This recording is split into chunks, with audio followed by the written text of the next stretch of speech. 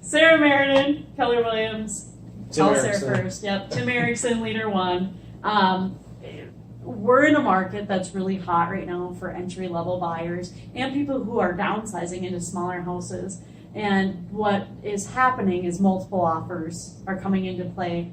And how do you compete in multiple offers? And the biggest thing is usually your financing. So if you are qualified under an FHA mortgage and you're up against somebody with a conventional loan, for various reasons, unless the money is a huge difference, and even then, the seller is going to go with the conventional buyer. So we're going to talk a little bit today, how do you become the conventional buyer so that you have more appealing financing terms to a seller?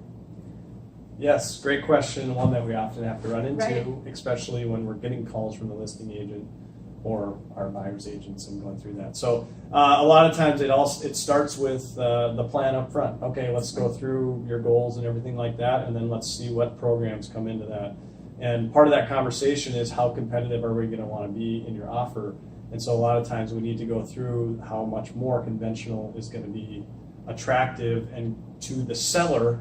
Yeah. Not just you, to the seller to get the house, because if you don't get the house, then doesn't really matter. Well, because you mentioned a lot of times people choose FHA because of a lower payment or something that seems more attractive to Yep. them, but then they're just spinning their wheels and their offers aren't getting accepted. Yep. So how do we get them into a finance program that the seller likes just to get them into that house, and then how can that be good for them long term? Yeah, long term, if we know they're going to be in the home long term, if they're selling another home that doesn't have other financing on it, FHA wise or something like that, then they could they could pay down that loan and then recast it, re-amortize it for the lower payment and possibly lower and Right. take off the DTI. Okay, so or the Tim's PMI. kind of going over your head here. But yeah, Let me back up and Go tell you for a it. little bit about what he's saying. yes. So this is that commercial. Wow.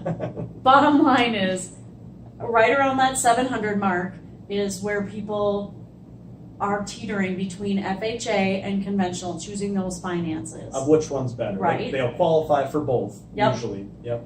And so they're trying to figure it out, and most people will tip towards FHA because it's a better payment, Yes. right? Correct.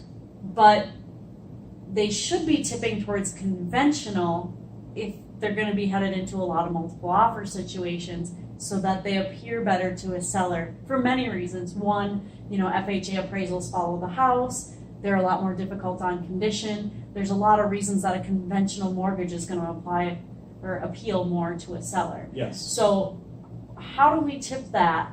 Like, it's usually credit score, right? Yep. Is that something where if they work on some things with Absolutely, yeah. And that's why the sooner the better. If people are Right. looking to get pre-approved and they think they're going to buy in a year or 6 months, and that's totally fine. We want to help you right now so we can plan to get Right. it ready and get your score up to a certain level of where we want to be. Yeah. And that's huge to be able to do that.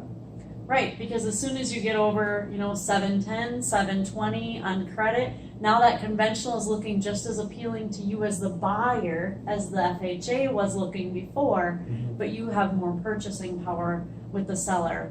You can compete better in multiple offers. Absolutely. And conventional loans aren't just about big down payments. Correct. They are not. 3% is a minimum for conventional. So even less than FHA. Even less Right. than FHA traditionally. And then there's also a few down payment assistance programs that can go layer on top of that. So Right, so the biggest thing though is getting you into a conventional mortgage situation. That's what we're trying to do here. That'll help you be more competitive in multiple offers. Tim Erickson can do that. we can. And one other quick thing to note on too is local lenders is big right now. Yeah. We'd love to help you, but I think you should stay local no matter what.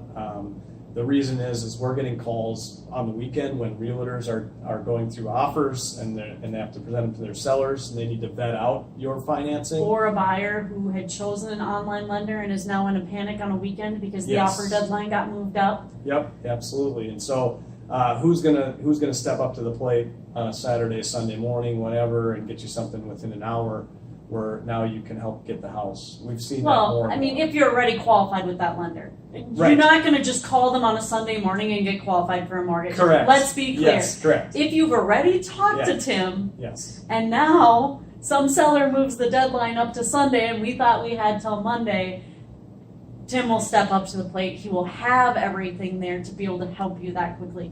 Online lenders can't do that. Yes. Is the point. Yep, correct. So shop local. So don't wait till Sunday morning to call Tim. Thank you. So shop local with mortgage and especially With real agents. estate agents, yeah. It's very hyper local. Absolutely. Thanks, Tim. Thanks, Sarah. Have a great afternoon. You too.